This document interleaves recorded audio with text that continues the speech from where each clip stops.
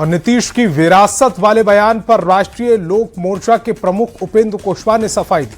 उन्होंने कहा कि विरासत कोई सरकारी पद नहीं है। उन्होंने कहा कि जिस विरासत की वह बात कर रहे हैं उसका संबंध सत्ता से नहीं बल्कि विचारों और मूल्यों से है।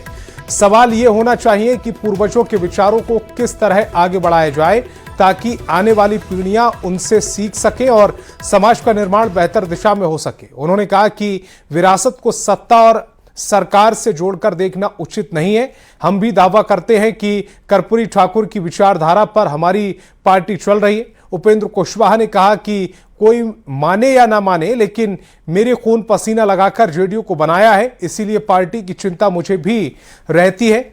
सबसे पहले मैंने निशांत को आगे लाने की मांग उठाई थी, जिस पर दीपक मेरा बेटा है, निशांत भी मेरा बेटा जैसे ही है।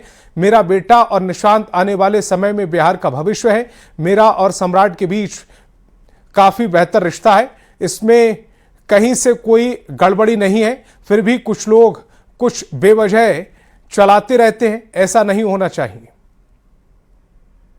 जेडीयू के लोग बोल रहे हैं, हम बोल रहे हैं, उसमें कोई अंतर नहीं है, कोई अंतर नहीं। विरासत की व्याख्या शायद कुछ लोग ठीक से समझे भी ना कर लेते हैं। विरासत का मतलब कोई सरकारी पद नहीं होता है।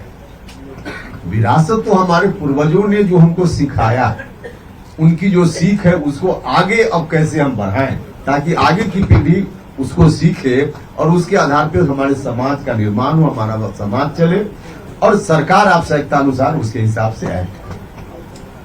तो इसमें कौन सरकार में रहेगा नहीं रहेगा, कौन पार्टी रहेगी, इसका सवाल कहाँ उठता है।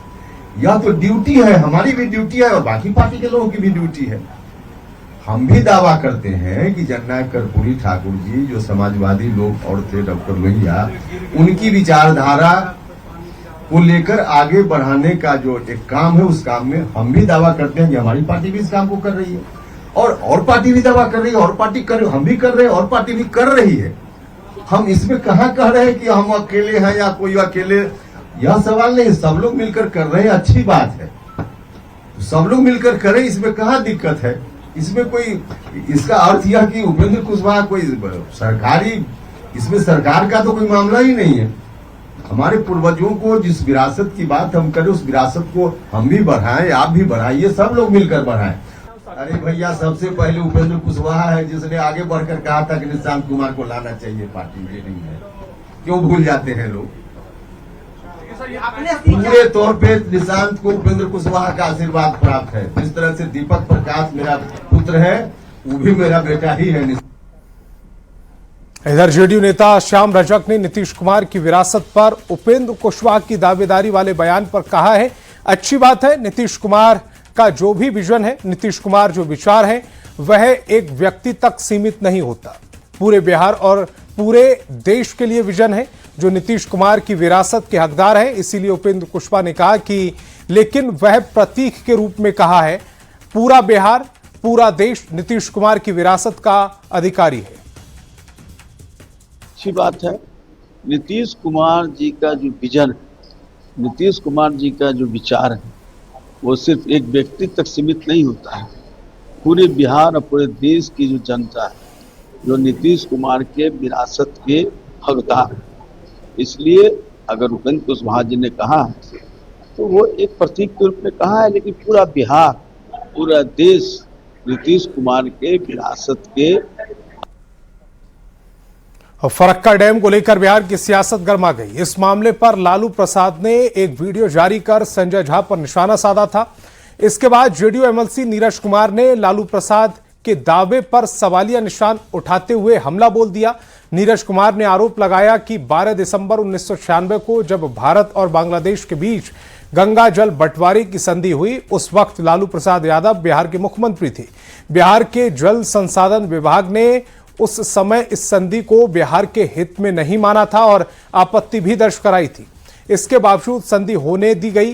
नीरज कुमार ने सवाल उठाते हुए कहा कि क्या सत्ता में बने रहने के लिए लालू प्रसाद यादव ने बिहार के हितों से समझौता किया।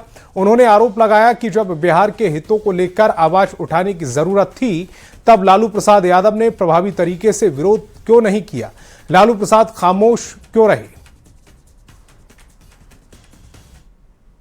1996 में सत्ता और प्रभाव दोनों आपके पास था।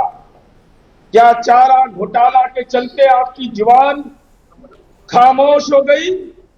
केंद्र में प्रभावी भूमिका में थे, 22 सांसद थे, केंद्र में मंत्रिपरिषद में थे, किंग मेकर थे, लेकिन आपकी जुबान खामोश क्यों रह गई? जारी किया तो उस वीडियो में का डेट क्यों नहीं बताए? ये 19 दिसंबर 2011 का वीडियो है।